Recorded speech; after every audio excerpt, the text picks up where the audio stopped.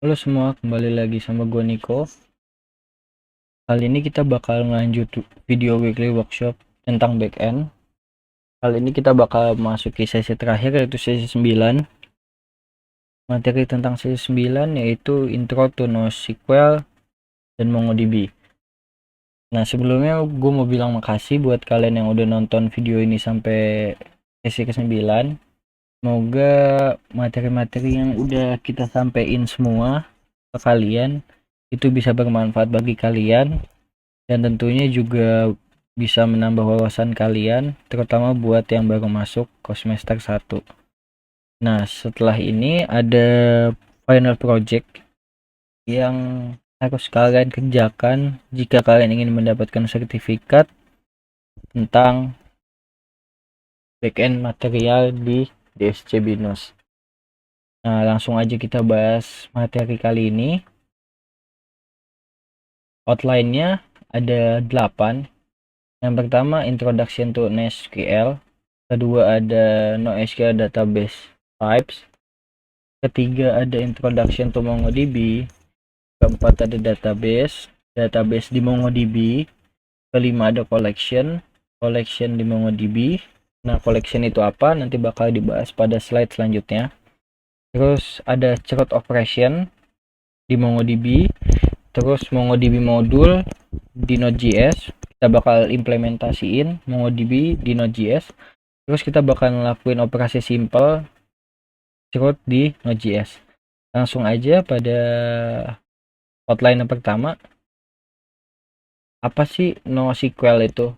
Nah, NoSQL database itu, atau bisa dibilang not only SQL atau NoSQL.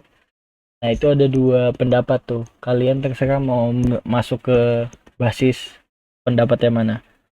Nah, itu non tabular.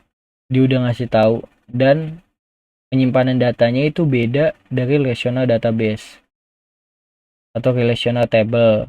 NoSQL database itu banyak variasinya berdasarkan model yang ada. Nah, langsung kita lanjut lagi ke slide selanjutnya. Terus, NoSQL database. Tipenya itu ada apa aja sih? Yang pertama itu ada MongoDB. MongoDB itu masuk ke dokumen oriented database. Kemudian ada key value database, contohnya Redis. Terus ada kolom families, contohnya Cassandra. Terus ada graph database, contohnya Neo4j. Terus ada search engine database, Elasticsearch. Terus ada time series database, InfluxDB contohnya, dan lain-lainnya. Nah, kita bisa buka nih URL-nya. Kita bakal lihat contohnya. Nah, di sini ada banyak jenis database modelnya. Kayak pertama ada relasional ini SQL yang pastinya. SQL, terus ada dokumen itu MongoDB. Terus ada key value, ada search engine, ada kolom, kolom wait kolom.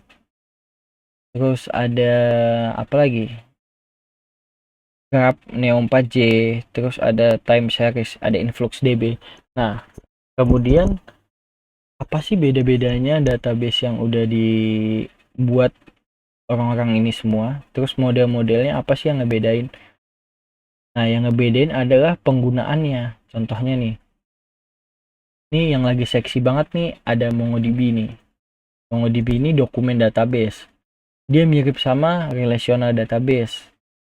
Datanya bisa banyak, tapi bentuk datanya beda. Terus di sini ada Redis.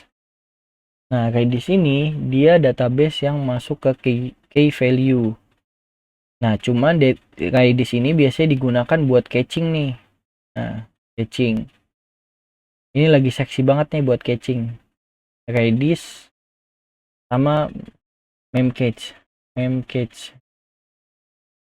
Ini lagi seksi nih juga nih, tapi kalah seksinya sama Redis. Ini Redis lagi gila-gilaan dipakai di mana-mana. Kemudian ada lagi nih, Elasticsearch.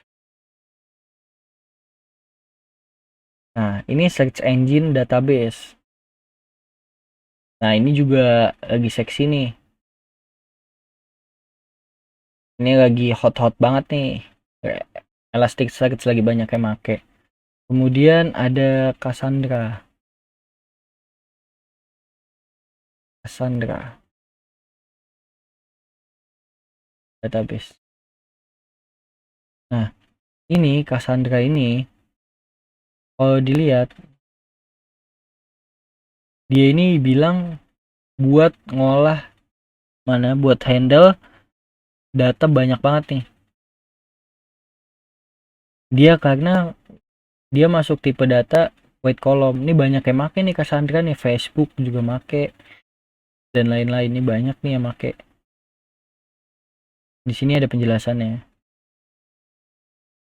Kemudian ada InfluxDB. Influx. Maaf. Nah, ini dia database yang manfaatin waktu nih sebagai patokan dia. Nah, kalian itu bisa baca-baca lagi nih. Ini buat apa gitu. Nah, buat catching mungkin udah nggak aneh ya sama bahasanya catching. Terus mungkin yang aneh nih saat Elasticsearch, Apache sama Influx. Nah, kalau buat MongoDB ini nanti bakal kita praktekin nih implementasinya. Cuman buat yang lainnya ini belum ada waktunya buat kalau misalkan kita implementasiin semuanya. Sebenarnya yang lain ini penggunaannya sesuai kebutuhannya. Contohnya kayak Elasticsearch. Dia ini search engine. Kalau ini lagi biasanya dipakai banget nih buat di marketplace. Contohnya nih misalkan kita buka Tokopedia. Ini nggak iklan ya, gue nggak dibayar soal sama Tokped. Nih misalkan kita cari misalkan apa ya? Ini ada madu asli nih. Tadi gue habis nyari juga. Nih kita misalkan kita madu asli. Nah, dia ini kan kita ngetik typo nih. Tapi dia bisa tahu nih. Kenapa? Karena dia mungkin menggunakan salah satu fitur di Elasticsearch. Ada namanya fuzziness.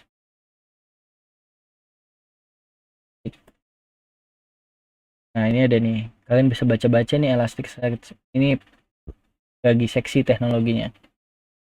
Nah, dia bisa pakai ini nih, Dia bisa nyari-nyari kata-kata yang typo.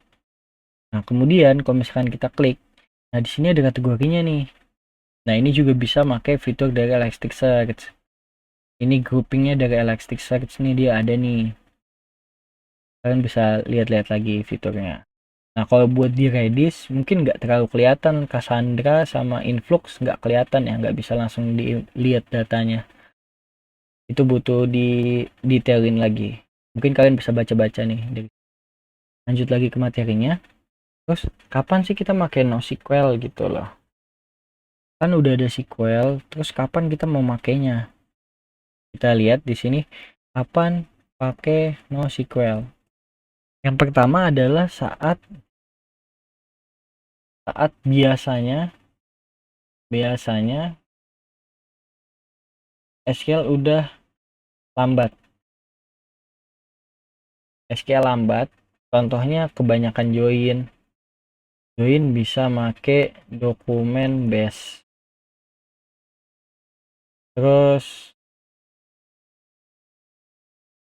biasanya SQL udah lambat, kita langsung kasih detail ya, misalkan kebanyakan join itu kita bisa pakai dokumen base nih, atau banyak perhitungan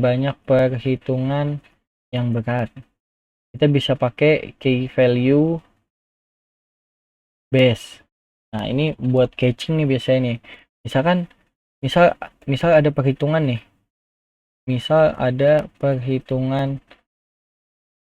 apa ya, buat contohnya mungkin persentase belanja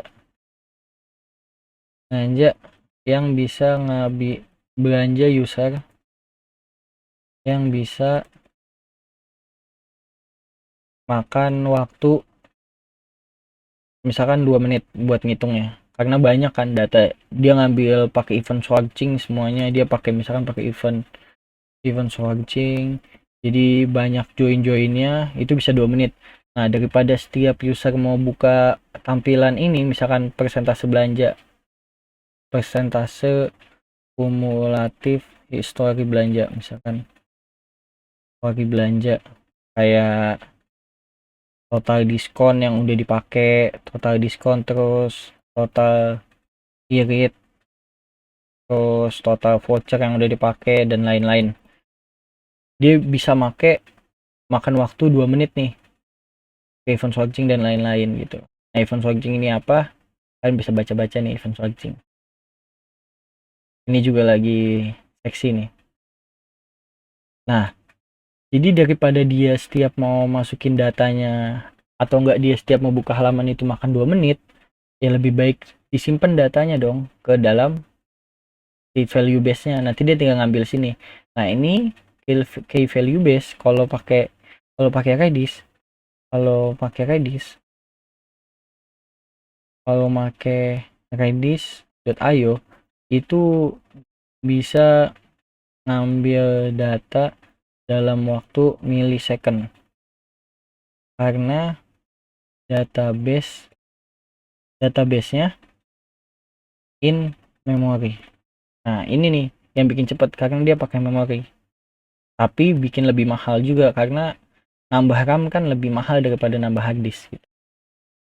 Jadi ini terus misalkan dia, nah biasanya ini buat yang udah lambat nih, atau enggak misalkan datanya terlalu gede, dia bisa juga make yang tadi nih, dia make gede bisa pakai wide column, ini bisa nih. Terus yang ketiga, kemampuan yang terbatas dari SQL. Nah, ini sebenarnya yang penting nih, karena SQL kan biasanya cuma nyimpen data dan dia nggak punya kemampuan khusus. Contohnya kayak Redis kan kemampuan khususnya dia di caching, makanya dia melakukan penyimpanannya di in memory nih, makanya cepet banget datanya. Nah, terus kayak misalkan kita tadi search engine nih, kita lihat lagi di Tokopedia. Aduh, gue jadi banyak ngiklanin Tokopedia nih. Ini kan hal yang di luar kemampuan SQL buat nyari tipe-tipe kayak gini. Nah, butuh perhitungan lebih daripada kita capek buat perhitungannya. Akan kita pakai NLP atau pakai fuzzy set kan ribet tuh. Kita butuh orang khusus lagi buat nyari kemungkinan-kemungkinan ini yang lebih fokus kepada AI-nya. Nah, kenapa kita nggak manfaatin research itu? Misalkan kita pakai punya Elasticsearch yang udah ada nih yang khusus search engine. Nah, ini kan lebih penting kan kita ngabisin waktu buat development daripada kita ngebuat produk baru search engine kita sendiri, kecuali kita punya research yang lumayan gede jadi kita nggak mau pakai search engine orang lain gitu. Cuman kalau misalkan research terbatas, mending kita pakai database yang udah ada. Contohnya kita implementasiin dari SQL misalkan dalam mencari data. Nih, kalau misalkan kita di SQL, kita mau nyari data, misalkan kita ambil yang madu asli, ya kah? Jadi kita select title from product where name where title sama dengan madu asli. Nah, ini kan bakal return madu asli kan, bakal return produk yang namanya madu asli. Gimana kalau misalkan kita mau nyari yang ada madu aslinya? Misalkan kita mau nyari yang ada madu aslinya, kalian harusnya udah pernah baca juga nih gimana cari data yang udah ada atau enggak mengandung kata apa gitu. Kan kita bisa pakai nih, kita where title kita kasih like, list, sorry, like, madu asli. Nah, dia bakal nge-return yang ada madu aslinya. Tapi gimana kalau misalkan kita lakukan hal yang tipe, misalkan kayak gini, madu asli. Nah, ini nggak ada dong. Berarti kita harus kasih OR di sini. Like, kita bikin lagi madu asli. Nah, ini kan udah ribet banget dong. Mungkin kalau yang pertama ini bisa cepet nih. Bisa cepet dikasih indeks di field atau enggak di kolom title. Ini mungkin bisa lebih cepat mungkin. Kalau data udah banyak banget, udah jutaan, mungkin lambat juga. Nah, jadi kan ini di luar kemampuan dari SQL kan dalam mencari data gitu. Dan banyak problem-problem lagi dan lain-lain nih. Problem-problem lagi yang bakal ditemuin saat menggunakan SQL. Dan biasanya SQL dokumen base dipakai saat udah pernah pakai SQL. Nah, no SQL. Nah, biasanya kita pakai dokumen base saat udah pernah implementasi SQL tapi lambat. Jadi kita mau ganti ke dokumen base. Nah, biasanya ini migrasi nih. Nah, ini bukan hal yang gampang banget migrasi nih. Ini hal yang susah karena banyak hal-hal yang harus diubah-ubah lagi dalam struktur datanya. Nah, langsung aja kita lanjut lagi ke materi selanjutnya. Kita lihat di PowerPoint-nya. Nah, kita bakal mengimplementasiin MongoDB nih. Nah, MongoDB ini dia dokumen oriented database yang diklasifikasi sebagai NoSQL database. Dia make JSON datanya, dokumennya itu make JSON, nggak pakai table. Biasanya kalau kita make database, misalkan kita SQL table. Nah, kalau SQL table, dilihat tabelnya kan kayak gini nih bentuknya nih. Dia bentuknya pakai table berbaris kayak gini. Nah, cuma kalau di MongoDB kita pakainya bentuk datanya itu bentuknya dalam bentuk JSON. Nah, jadi MongoDB ini bisa lebih dinamis bentuk datanya. Tapi nggak disaranin misalkan kita mau pakai data yang pertama itu nggak ada main karakternya. Yang kedua ada. Nah, itu nggak disaranin tuh buat data-data yang nggak beda gitu, yang nggak sama gitu skemanya. Nah, itu nggak disaranin, lebih baik disamain semua karena kalau nggak disamain kasihan bagian backendnya harus ngevalidasi terus datanya. Misalkan kita ambil contoh, ini ada dokumen karena ini bentuknya JSON ya, anggap aja ini salah satu contoh dokumennya. Misalkan di sini ada name, misalkan first name.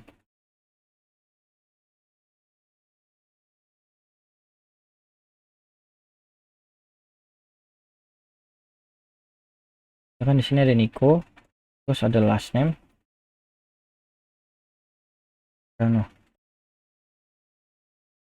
Nah, ini dia ada last name ya, dokumen pertama.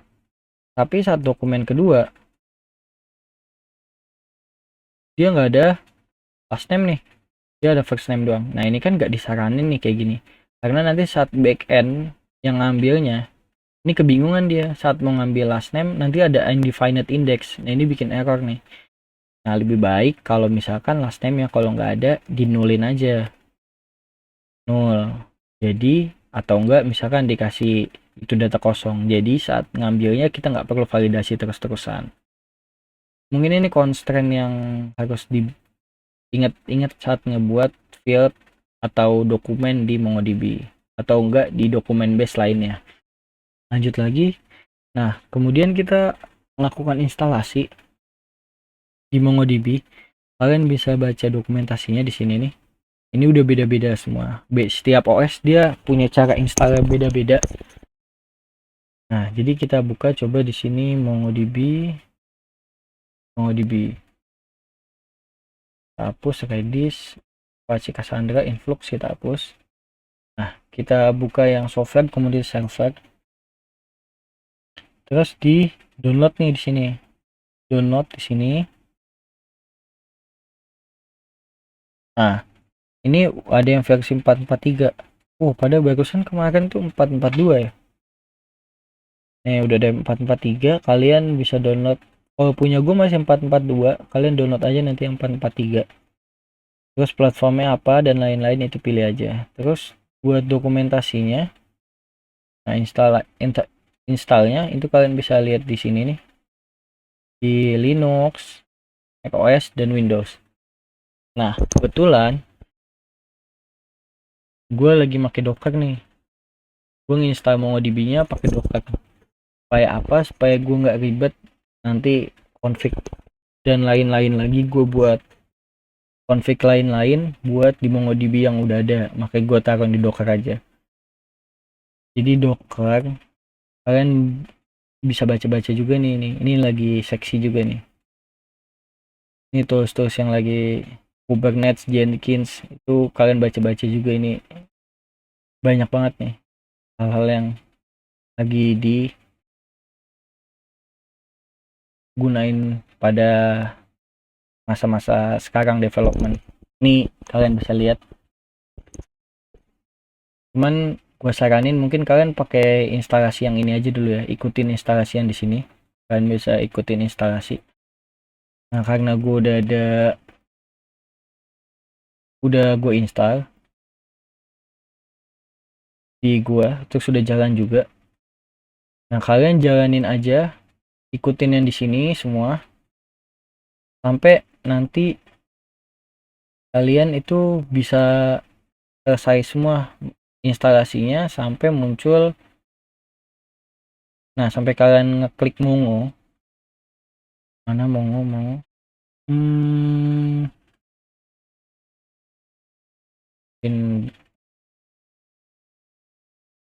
nah, kalian lakuin semua di sini. Instalasi semua sampai saat kalian komen Mongo, itu bakal keluar Mongo Shell dan lain-lain kayak gini nih. Kalian lakuin instalasinya dulu. Kalau udah, kita lanjut lagi ke materi. Setelah udah instalasi, nah ini ada beberapa perbedaan nih dari SQL ke MongoDB dokumen. Nah, yang pertama itu namanya, nama perbedaannya supaya kalian mulai kebiasa nanti saat gua ngomong ke depannya gitu. Jadi yang pertama itu database. Kalau di relational sama, di dokumen juga database di MongoDB terutama. Terus table, kalau table di MongoDB namanya itu collection. Kemudian buat di relational itu namanya column, tapi kalau di MongoDB namanya field. Kalian bisa lihat aja nih record. Kalau record itu kan datanya ya. Record itu data-datanya ini yang satu Debra, Bungs, Null dan lain-lain. Itu datanya. Terus kalau di SQL kita pakai join, kalau di MongoDB kita pakai embedded, kita pakai reference. Terus SQL dia pakai bahasanya. Kalau di dokumen kita pakai bahasa JavaScript di MongoDB ya. Mungkin kalau di dokumen yang lain beda lagi. Langsung lanjut aja. Nah, mungkin yang harus diketahui yang pertama banget, kita bakal tahu nih apa sih itu embedded. Kalau dilihat di sini JSON embedded, intinya dia itu melakukan indentasi ke dalam data ke dalam. Nah, kalau dilihat di sini members current next, dia punya embedded lagi datanya, jadi kayak multidimensional array. Nah, jadi dia kayak di dalamnya itu punya data lagi. Nah, karena berarti kan dia nggak embedded data band, song, dan members. Embedded itu bentuknya kayak gini kurang lebih. Kemudian mungkin bingung ya, kapan pakai embedded, kapan pakai reference. kita bahas di sini. Kapan pakai embedded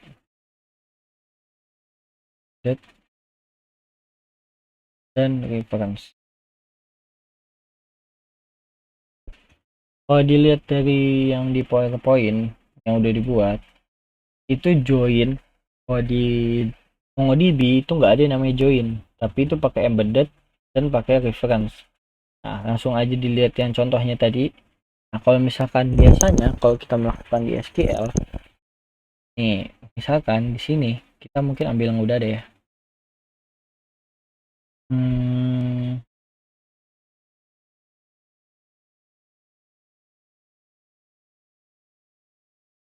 Kita ambil yang udah ada contohnya. Nah, ini ribet cuman ini.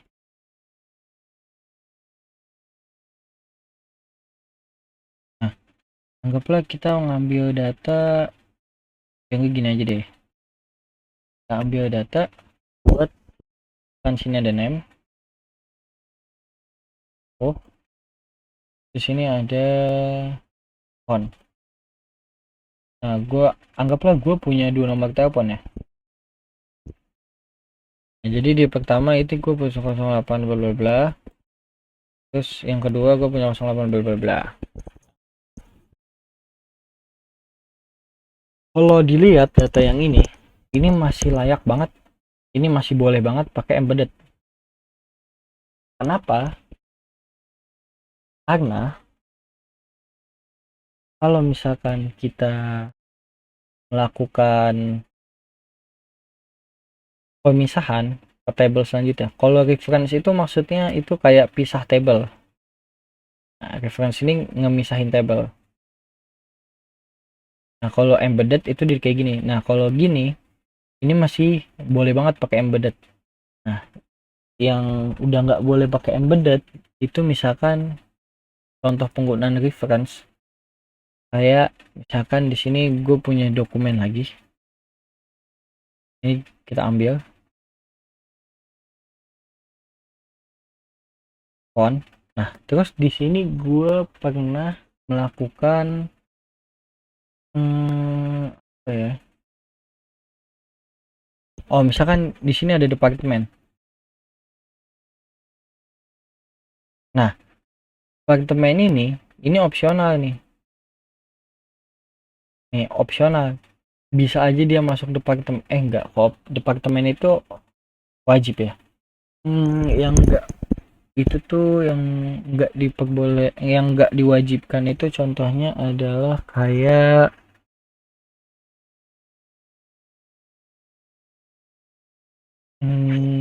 coba kita ambil departemen aja ya. Departemen ID, anggaplah ini departemen ID ini enggak, jadi karyawan itu boleh masuk departemen atau enggak gitu. Anggaplah ini kantor suka-suka gua gitu, jadi departemen ini boleh enggak ada, jadi karyawan itu boleh enggak pakai departemen. Nah, terus gue punya lagi nih dokumen buat departemennya. Misalkan di sini ada ID-nya 123, nama departemennya misalkan departemen pemuda rebahan. Nah, ini bisa pakai reference contohnya. Nah, kapan pak? Ini adalah contoh reference. Ini contoh embedded.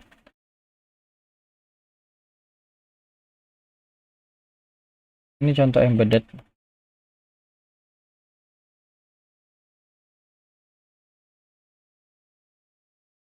Di atas contoh embedded, di bawah contoh reference.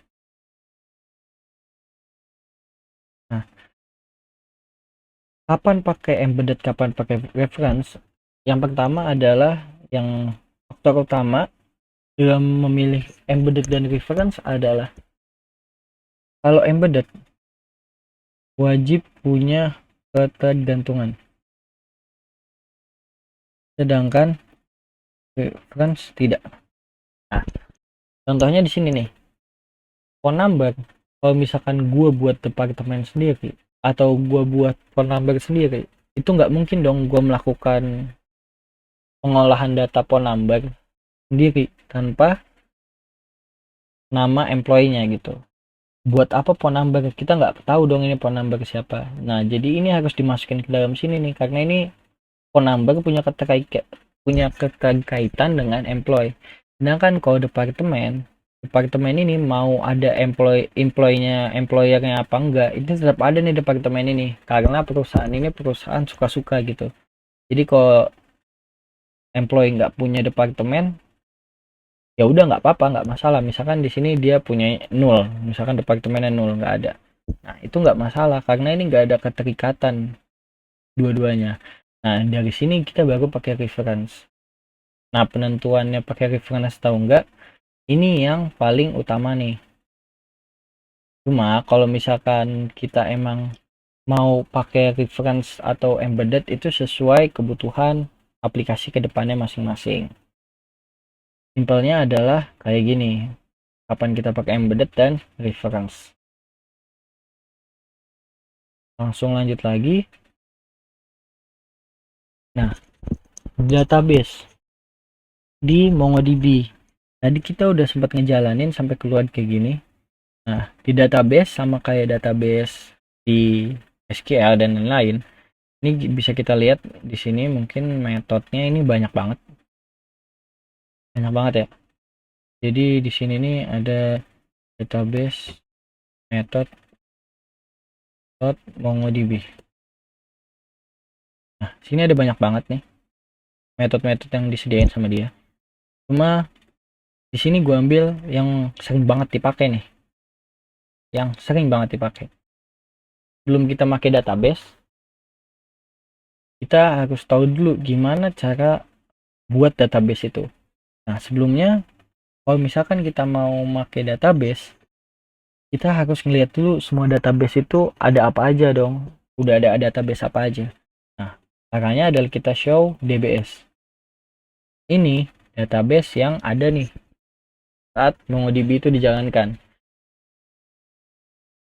Bisa juga pakai show databases, cuman lebih panjang.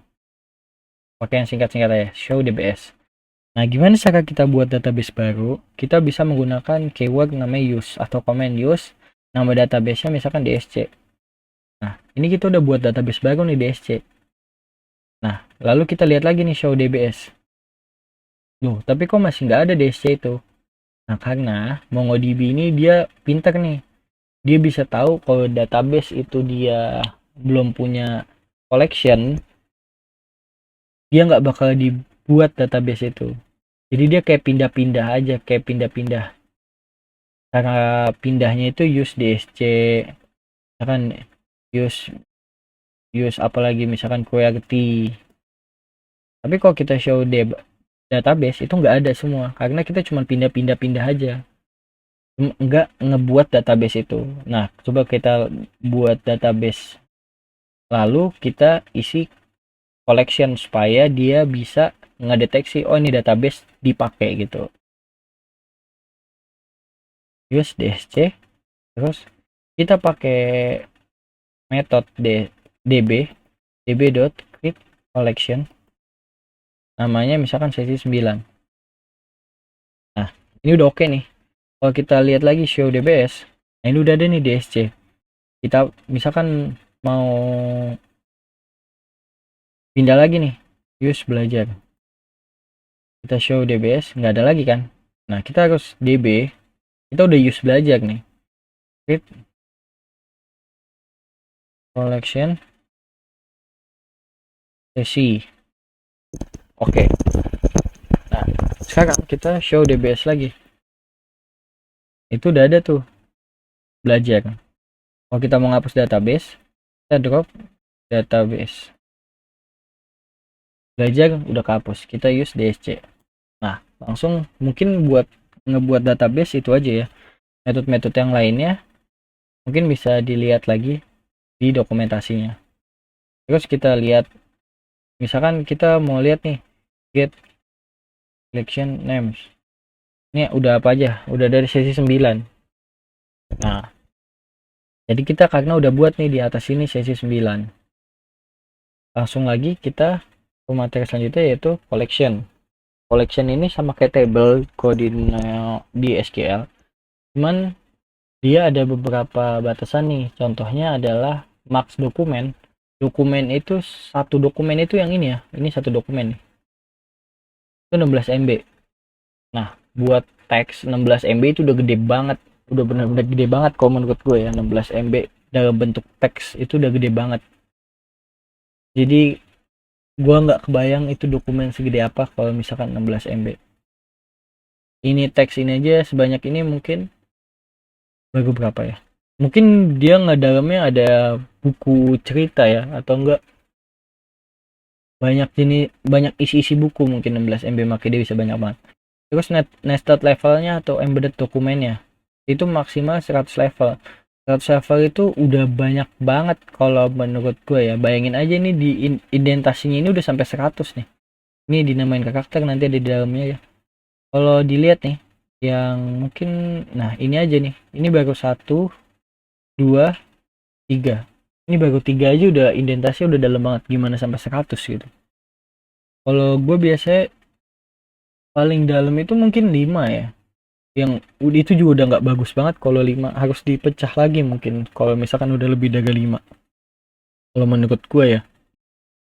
Nah, langsung aja kita ngelakuin nih. Kalau dilihat di sini kita buka berarti collection method MongoDB. Nah, di sini udah ada metode-metode dari collection yang udah ada nih. Udah banyak banget nih. Kalian bisa baca-baca lagi nih penggunaannya dan lain-lain. Cuman ini yang simpelnya atau yang sering banget dipakai paling ini nih. Kalau buat data-data yang lain kayak mungkin banyak banget nih ya. Gue juga nggak bisa make, nggak belum pernah make sebanyak ini semua mungkin ya. Ini banyak banget. Nah, jadi yang pertama mungkin kita lakuin itu insert ya mungkin. Kita insert yang dokumennya simpel-simpel aja, misalkan name, Nico. Terus ada font ya. Jadi fontnya bisa banyak. Terus ada, kita tutup lagi.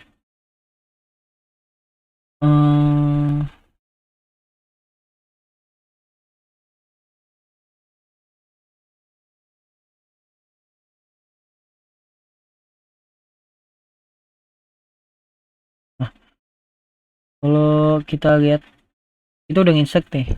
Mungkin ini aja ya biar gampang ya. Ini after property ID. Ini ekor apa ya? Kita cari.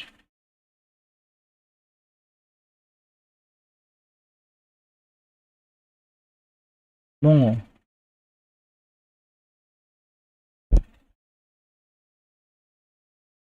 Oh, benar. Ternyata dia nggak otomatis buat objek ID. Nah, jadi ini gue lupa ya ngejelasin. Jadi di MongoDB primary key, nah itu dia pakai objek DB, pakai objek ID nih primary key-nya. Nah, ini dia bisa di-insert manual atau enggak dia insert otomatis. Kita coba buat insert otomatis ya. DB sesi 9, kita kasih ID. Nah, buat primary key dia itu selalu pakai itu ID nih. Ini dia udah otomatis dari MongoDB-nya nih. Dia selalu pakai field ID. Misalkan new object ID, terus di sini name. Oh salah. Typo. Aduh.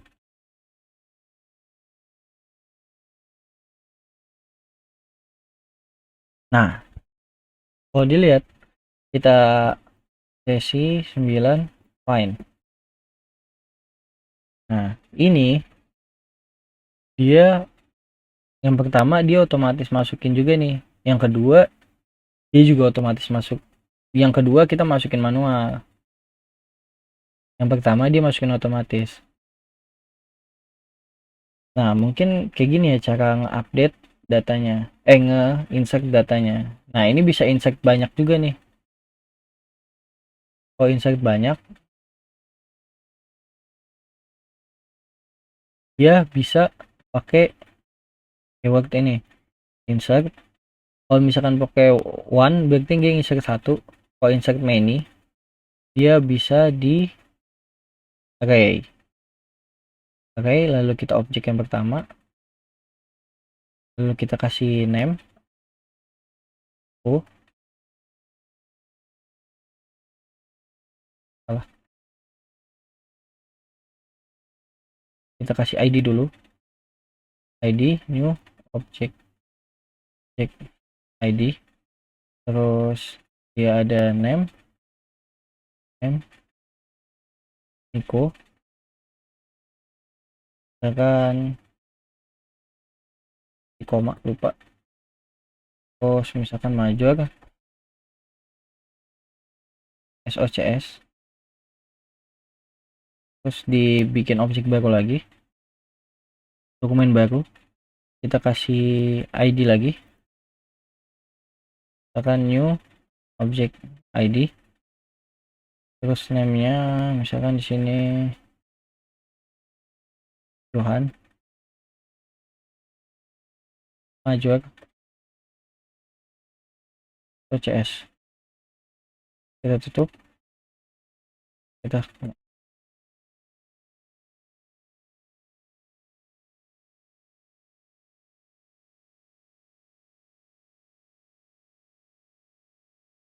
nah dia udah ke insert.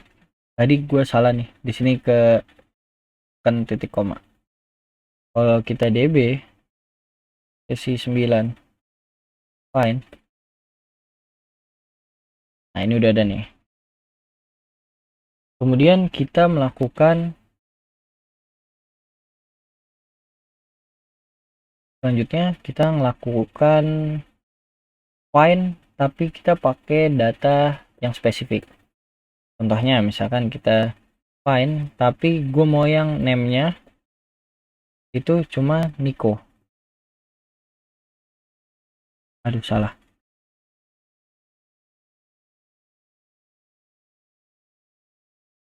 Nah, ini udah dapat lagi nih. Nah, lalu selanjutnya kita misalkan mau melakukan update. Kita klik DB sesi 9, kita update. Update yang pertama adalah kita ambil ID-nya, misalkan yang ID-nya segini nih, kita update. Oke, ID-nya segitu. Terus kita kasih koma, update name-nya, jadi misalkan Ucok. Salah.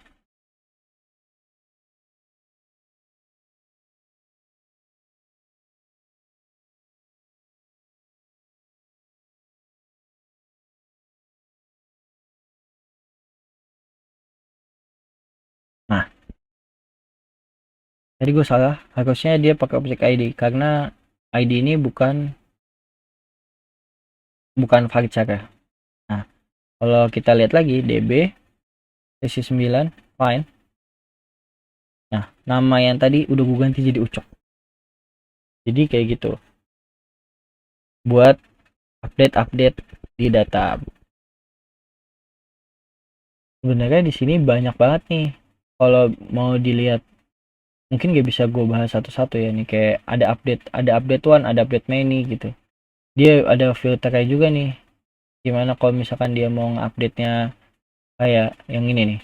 Mungkin di sini ada update, kalau ini kan dia nge-update-nya semuanya ya. Nah, kalau gue tadi kan gue update semua. Nah, kalau pakai save ini cuman satu aja, cuman item-item pilihan aja nih yang mau diupdate. Misalkan tadi set-nya cuman gue punya name, di sini name, Kalau gue pakai yang ini, gue pakai metode yang ini data yang ke ini bakal ke replace semua nih, maju akhirnya kehapus. Nah cuman kalau kita pakai set, kita ngeset apa aja nih yang mau diubah.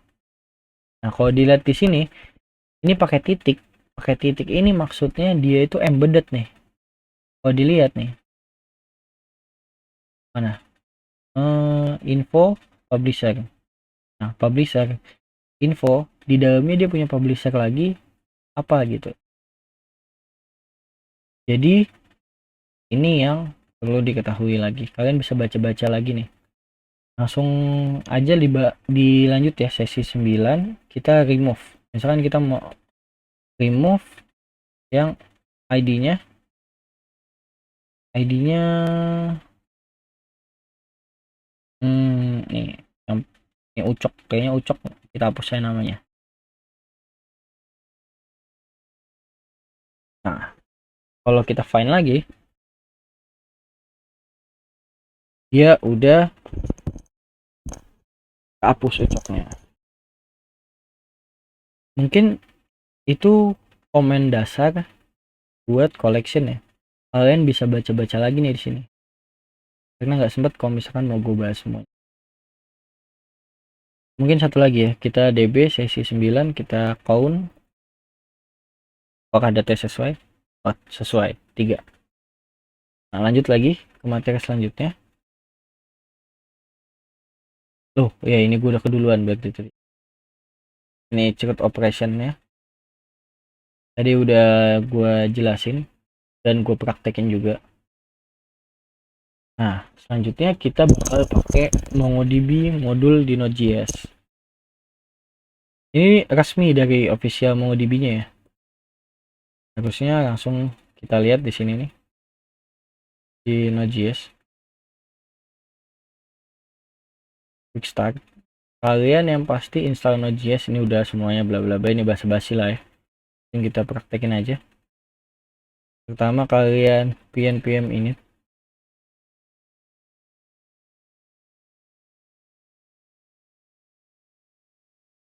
lalu kalian npm install MongoDB apa Mongo ya, gue lupa juga. Oh MongoDB.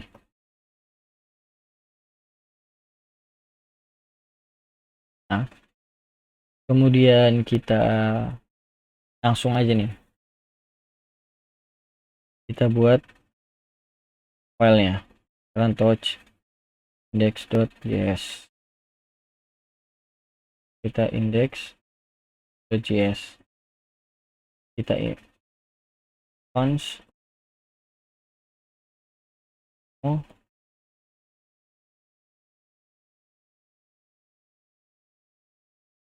client dari require ini si Mongo.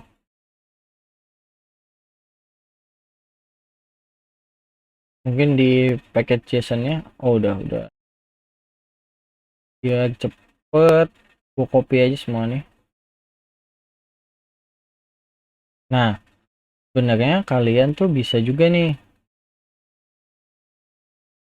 buat make MongoDB. Misalkan nih kalian nggak mau make install MongoDB ribet, kalian bisa make juga nih namanya MongoDB Cloud. Nah kalian bisa make ini, try MongoDB Cloud, terus kalian sign in aja, nanti kalian ikutin aja nih cara-cara makainya. Mungkin kalian bisa baca di try MongoDB Cloud dokumen. MongoDB Atlas. Ini kalian bisa baca dokumentasi di sini nih. Create Atlas account, free trial cloud. Ini buat pertama kali kalian bisa gratis nih, tapi dia ada batasannya, yaitu nge-lag. Nah itu kalian harus sabar aja. Makanya kalau gue saranin mending install aja sih di sini. Nah lalu MongoDB URI-nya ini kalian ambil dari sini nih, yang udah kalian taruh nih. Nah di sini kalian copy ke sini. Nah ini MongoDB URL yang ini punya Atlas punya nih. Kalau pakai Atlas dia bakal kayak gitu bentuknya. Coba kalau kita jalanin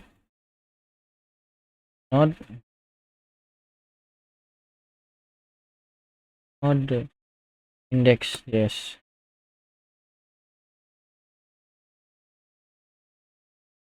Deprecated current serving discovery. Di sini dikasih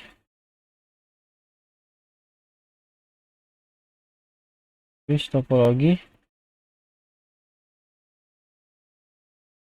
Nah, ini udah berhasil connect nih. Cuma datanya nggak ada karena gue tadi pakai DB-nya kan ini DSC, kita kopas DSC terus di sini ada sesi 9.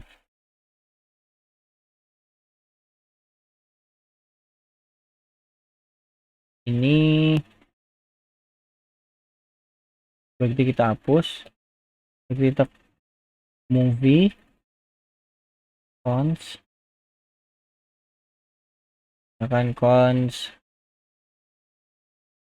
data dengan collection find. Kita sini data. Oh, salah. Nih, tuh array. Jangan lupa di arrayin. Kenapa nih?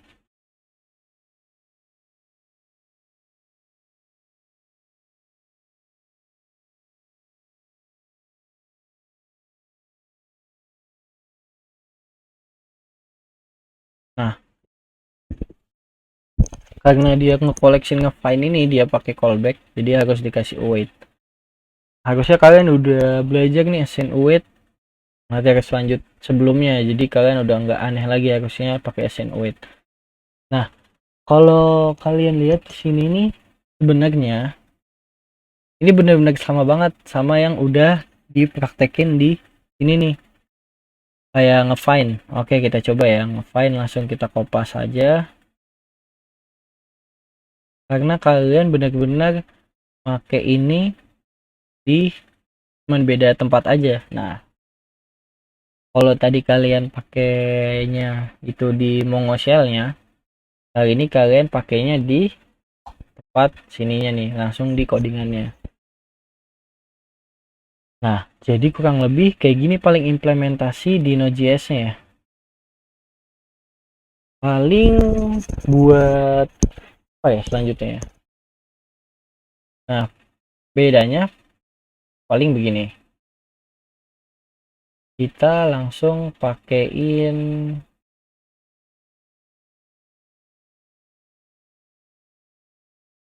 mungkin kita gabungin pakai Express ya biar lebih seru.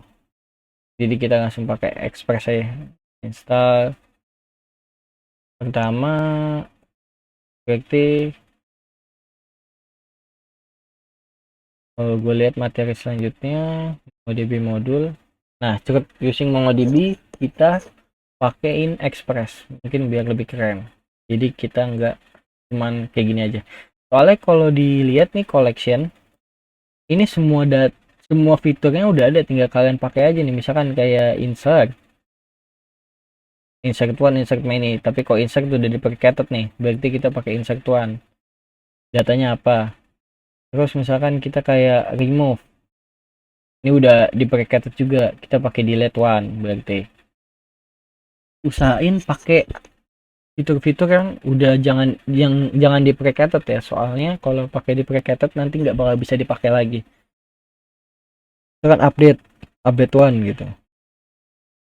Nah gitu, jadi kalau misalkan kita implementasi kayak gini itu mungkin kurang seru ya, jadi kita pakai Express aja biar bagus. Jadi kita launch misalkan home.js, kita ke home.js, terus kita npm install. Pertama kita install Express, terus body parser, jangan lupa buat bodinya. Oke,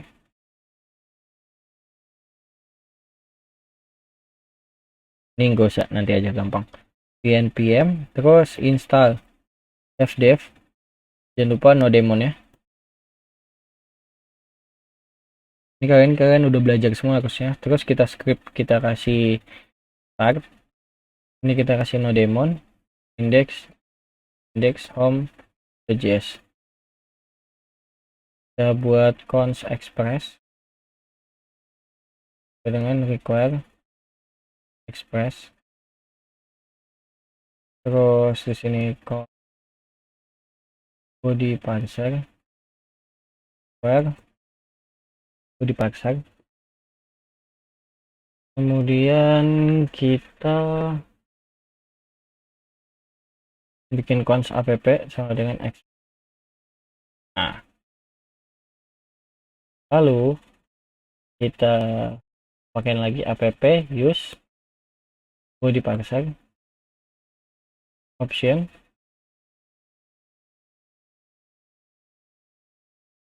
Apa ya, body parser itu URL encode standard tuh supaya dia bisa make Postman. Kita buka Postman ya. Terus kita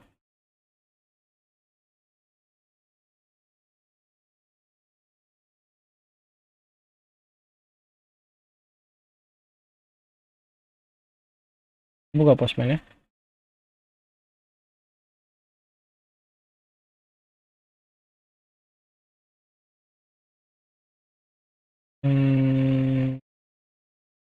Login dulu.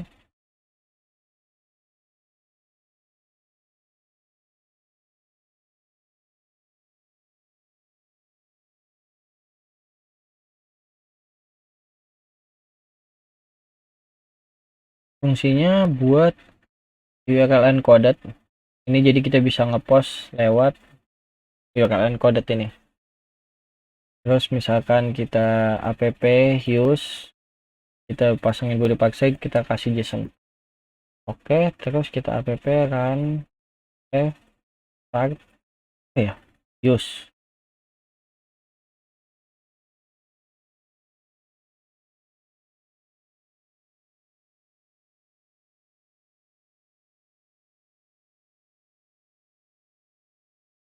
Dan kita kasih port kita 300. If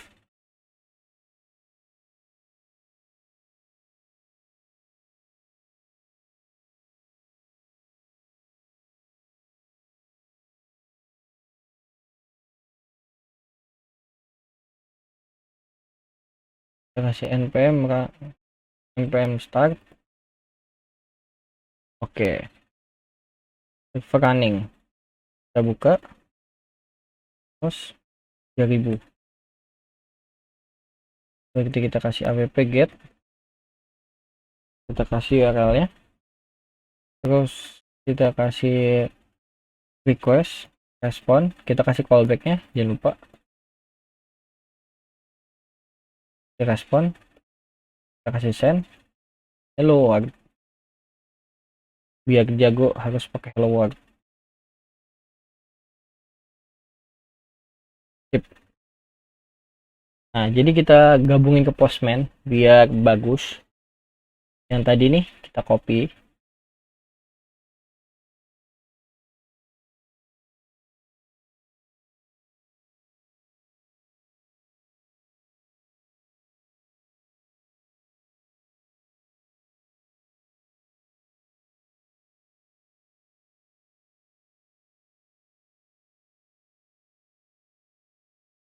pilih kita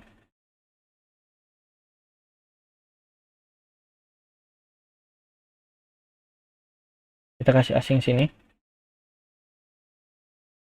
terus kita send data.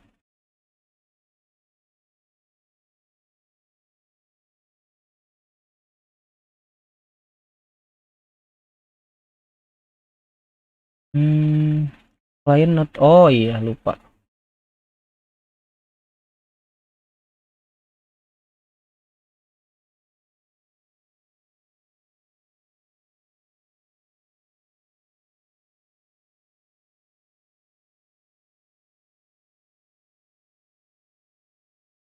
Nah, udah dapat datanya. Ini buat yang home. Misalkan kita mau update ya, mungkin kita update dulu datanya. Jadi di sini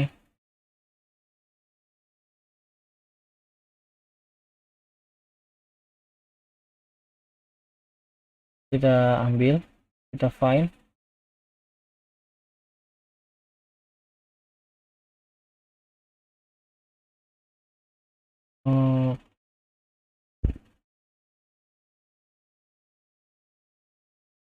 host 3000. Nah ini kita udah akan ambil semua datanya. Mungkin yang data yang ini mau gue ubah dulu ya, jadi nanti di sini bakal gue ganti nama sama gue kasih majunya biar lebih bagus. Kita kasih yang ini aja, kita pakai yang udah dipakai tadi, kita komen, terus name nya kita kasih ucok, terus kita kasih majunya SOIS. Oh salah, klik ID nya copy,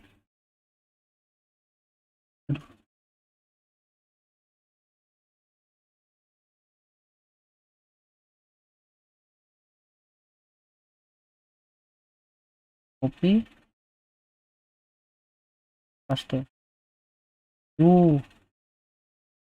Gak bisa kah?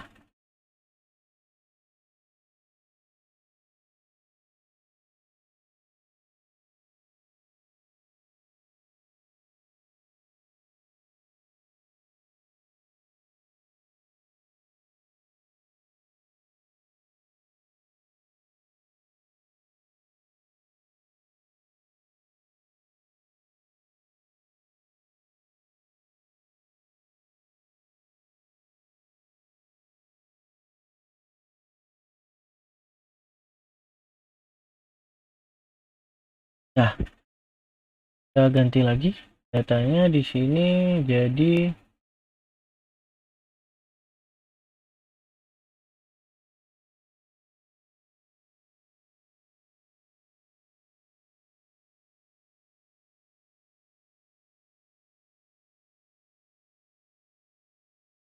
connectionnya loss.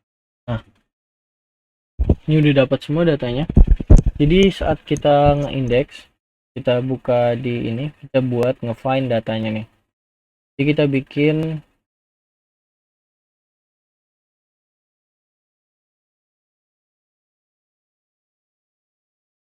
kita bikin beberapa data atau beberapa endpoint. Yang pertama kita mau ngebuat endpoint khusus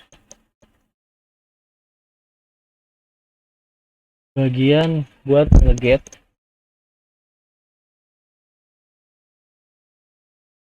Lalu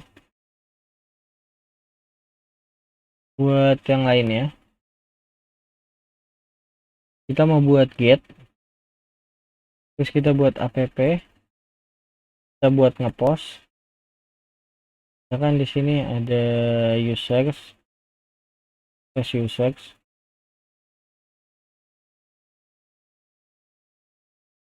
kasih requestnya, di responnya, terus kita kasih check, ini ngepost, terus kita mau dia bisa ngeput juga,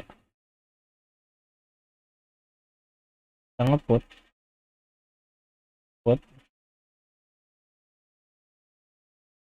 kasih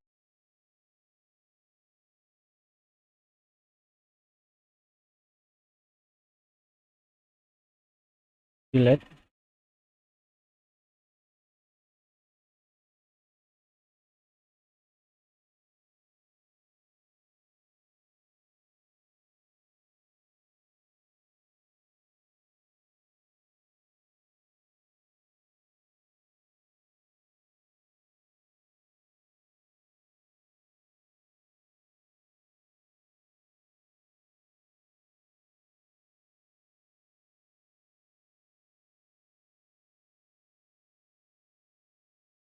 Kalau dilihat ini dia tuh kayaknya nggak ke close lagi ya, dia bisa ke close nih.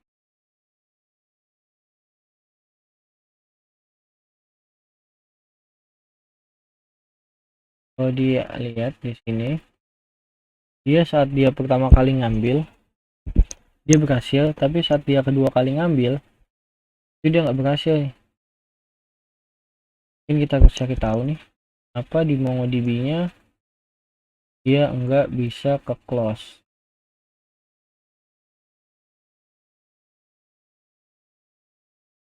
Jadi kita lihat di sini MongoDB close.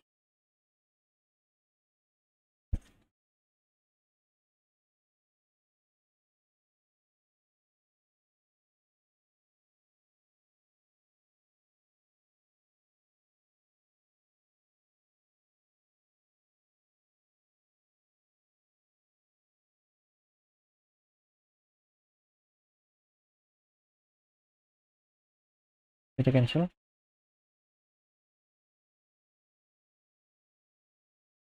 Mungkin di sini harus kita kliennya jangan kita close. Biarin, mungkin karena dia ke close ya, jadi datanya dia nggak kekirim lagi. Oke, dia udah dapat. Nah, kemudian yang mau kita lakukan adalah pertama kita olah dulu data buat ngepost usernya. Nah, saat dia ngepost user, dia harus nge-insert datanya dulu. Jadi pertama dia kok gua copy paste aja nih ya semuanya.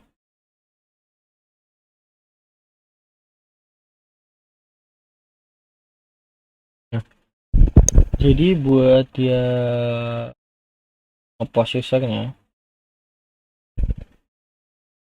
kita bisa jadiin dia kayak begini. Pertama kita kasih let, kita kasih buat name sama majornya, dia ngambil dari request body, kemudian kita collection,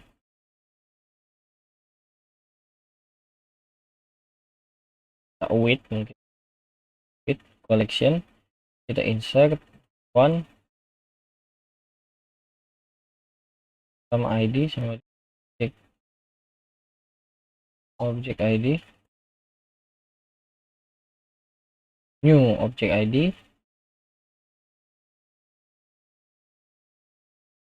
dan yang kedua kita mau masukin name-nya, kita ambil dari name, kita major kan, kita ambil dari major. Oke, kita respon then stage,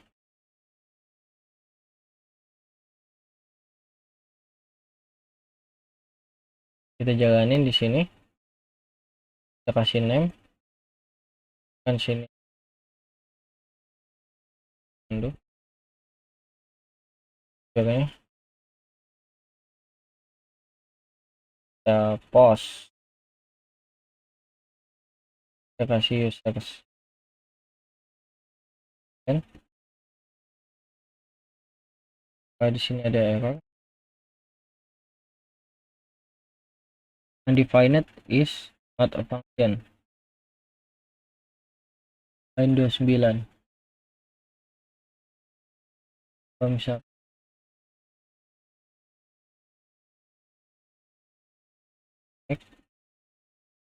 di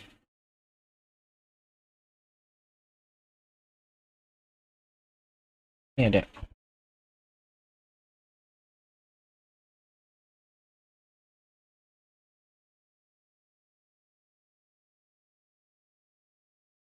tadi harusnya pakai itu, jadi udah bisa nih buat masukin datanya. Kalau kita ambil lagi yang tadi, kita lihat apakah dia ada juga. Nah, Hernando udah masuk. Kemudian mungkin kita bikin ini baru ya biar lebih bagus. Nah, ini buat users, tadi buat ngepost. terus kita kasih nih users. Karena ini ID dia nggak bisa pakai ID, kita harus pakai objek ID. Jadi kita bakal masukin di sini. Oh, enggak. Nah, kita masukin ID. Jadi kita kan udah ngambil di sini. Mungkin yang bagian ucok kita ganti namanya ya. Jadi kita bikin put, kasih parameter, kita kasih ID-nya ini. Terus kita kasih metode put. Terus bodinya kita kasih name-nya. Kita ganti nama. Jangan jadi ucok, tapi jadi misalkan apakah? OCS. Nah, jadi saat dia ngeput datanya, kita ambil lagi di sini, kita copy lagi, kita ambil major, terus kita wait, kita collection, kita update one. Ini pertama kita masukin filternya, kedua kita masukin datanya, name, major, terus di sini filternya kita kasih ID dengan objek ID,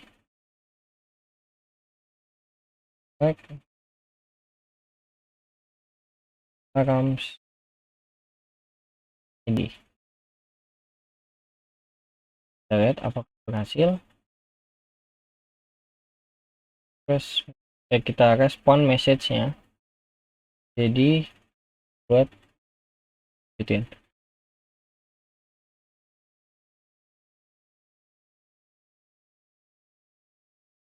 Update dokumen requires atomic operators. Coba kita lihat errornya ada pada di sini di dokumen.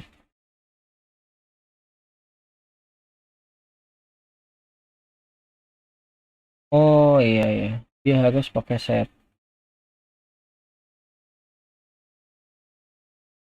Kita coba ya.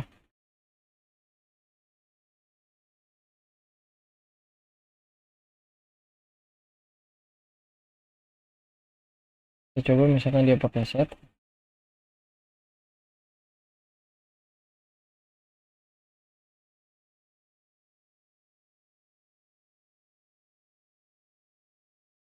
Nah, udah berhasil.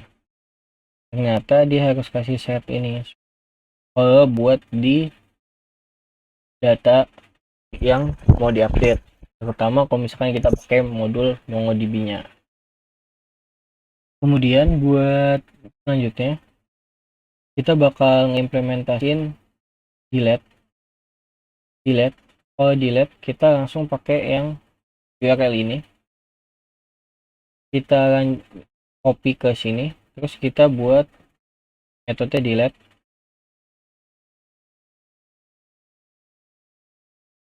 Lalu kita send. Saat kita send, di sini kita bikin lagi collection, terus kita ini delete one. Filternya apa? Filter ya kita ambil dari yang ini.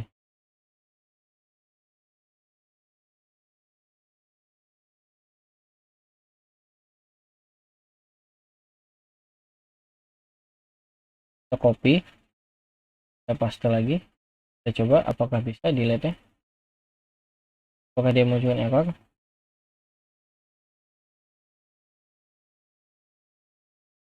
Lupa gue save. Nah, dia sukses. Kalau kita lihat lagi datanya, harusnya yang bagian Victor udah nggak ada. Paling itu aja materi yang dibahas pada video kali ini. Mungkin kalau ada yang kurang bingung, kurang bingung, kurang dimengerti, bisa nanya lagi ke gua atau ke siapapun backend fasilitatornya. Nah, paling kita ngebahas codingan yang udah dibuat. Nggak ada yang aneh dari codingan ini, kecuali yang ini nih. Nah, mungkin belum pada make semua. Kenapa di kayak giniin? Jadi, di JavaScript, dia itu bisa melakukan nge-return banyak data intinya. Nah, kalau kita request body, saat dia ngepost, body-nya ini kan dia punya dua objek, dua key. Contohnya kita ambil yang put. Dia ini punya dua key, yaitu name sama major. Kalau kita tampung semua ke sini, dia bakalan masuk ke dua-duanya ke sini. Kalau misalkan ya, kita buat lagi. Ini kita bisa kasih titik-titik-titik nih.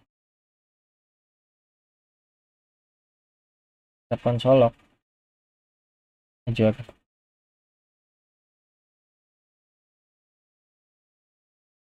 Dia SOCS. Tetap SOCS. Cuma kalau misalkan kita ngasih nama key, not. Nah, berarti kan dia yang pertama name dia bakal ngambil name. Nah, lalu yang major dikasih spread parameter gini, titik-titik gini, dia bakal ngambil major dan key-nya. Nah, dia bakal ngambil sisanya nih. Itu. Mungkin cara baca operatornya. Kemudian hal yang aneh lagi mungkin kayaknya nggak ada lagi ya hal yang aneh. Semuanya harusnya udah dipelajarin pada materi sebelumnya. Mungkin itu aja materi yang bisa gue bawain pada pertemuan kali ini. Kurang lebihnya mohon maaf. Kalau misalkan ada hal-hal yang mau ditanyain lagi, bisa ditanya di grup atau di teman-teman lainnya yang backend fasilitator juga. Terima kasih. Sampai ketemu di Final Project.